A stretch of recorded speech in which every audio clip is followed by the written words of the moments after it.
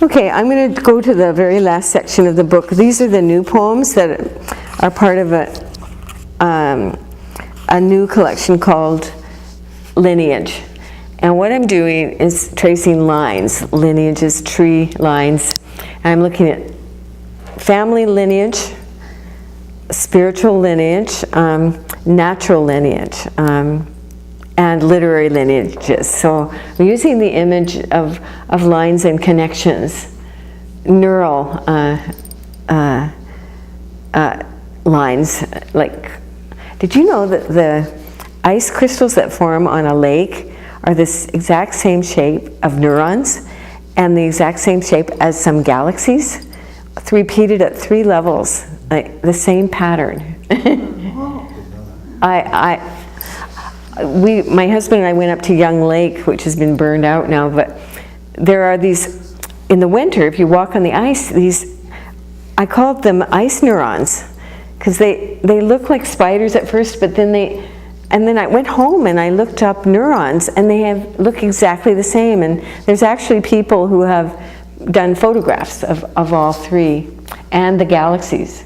So to me, this is what Olga meant when she said, it's cosmic. You know, the microcosm repeats the macrocosm, you know. So, okay, this one's not about that. It's called Grace. And this is about self-esteem issues, which we all have, I think, at least I do, still. Right now, let's say, as we are gagging on our most unruminated words, regretting our regrets, self-recriminating our self-recriminations. Let's say for an instant, a sword slashes all that self-criticism, draws back a veil to just this, wisdom face, Sophia, compassion. Not forgiving, since there is nothing to forgive, but seeing us as we are, infinitely worthy. And that's what Olga transmitted to me, that we're all infinitely worthy. We should remember that.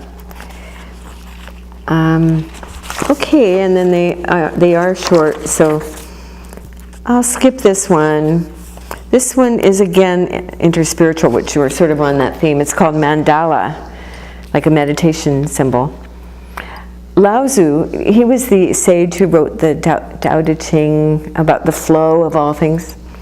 He's one of my favorite Eastern philosopher sages. Lao Tzu dances yin-yang. Confucius points above and below. Moses cracks open the chestnuts of cosmic law. Buddha is a lotus cupped in a bowl. Mohammed surrenders what is surrendering him. Socrates turns on his female muse's tripod. Jesus, 2-winged, rises dying, dies rising.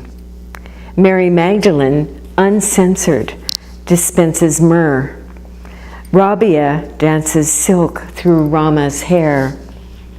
White rose of heaven rhapsodizes bliss, all from a single point of nothingness. And this is the last poem of the evening. I'll close with that, and then we're getting pretty close to 8:30 and we can talk. This is the last poem in the book, and it's called Poem for the Spring Solstice. But it's the autumn solstice or beyond, but never mind. The seasons meld together here. Be generous with your praise. The rainbow doesn't stint. Say a brave hello to troubles. Walk your cheerful yes into swept cedars, whose crowns have been broken by a fierce wind. Nothing divine charges a fee. Everything is charged with love. Thank you.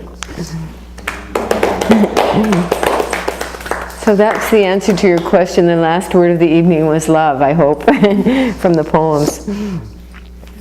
But it's a pleasure to have spent this evening with you. So. Okay.